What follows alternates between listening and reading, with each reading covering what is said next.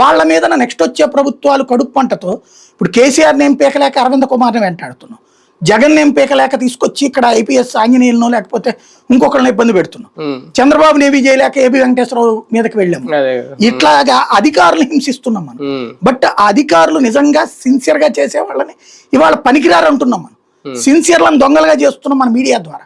Media కట్టు తప్పుతోంది, media పట్టు తప్పు. దానికి ఎవరో అతీతం కదా ఏ ప్రభుత్వం కూడా, జగన్ గాని చంద్రబాబు గాని. ఈ దరిద్రం గత 10-15 ఏళ్ల నుంచి వచ్చిందండి. రాష్ట్ర విభజన అప్పటి నుంచి పుట్టిన దరిద్రం ఇది. అంతకు ముందు ఇంత దరిద్రం లేదు. అంతకుముందు ఈవెన్ హైదరాబాద్ లో కూడా నేను చూసినటువంటి అరే మీకు తెలుసో తెలీదో, ఆంధ్రప్రదేశ్ చరిత్రలో విజయవాడకు సంబంధించినటువంటి డిస్ట్రిక్ట్ ట్రాన్స్పోర్ట్ కమిషనర్ డిటిసి అంటే ఇవాళ రోజున పాపం వాళ్ళు ఎందుకున్నారా అనిపిస్తుంది.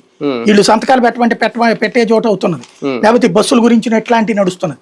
బట్ విజయవాడకు సంబంధించినటువంటి డిటిసి పేరు శ్రీనివాస్ గారు, ఏదో పేరు గుర్తు రావట్లేదు, బట్ శ్రీనివాస్ గారు అనుకుంటా.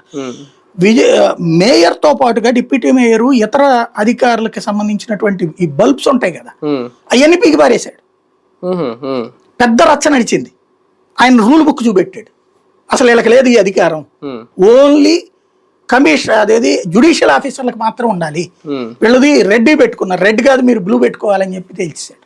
అది కూడా ఒక మేయర్కి ఉంది, మిగతా అది లేదని చెప్పుకొచ్చారు. ఇప్పుడు డిప్యూటీ మేయర్ వీళ్ళందరూ కూడా పెట్టుకునేవాళ్ళు, సలహాదారులు వీళ్ళు కూడా పెట్టుకునేవాళ్ళు. పీకి పడేశాడు ఆయన. ఎంత సిన్సియర్ ఆఫీసర్ నాకు ఇవాళకి గుర్తుంది.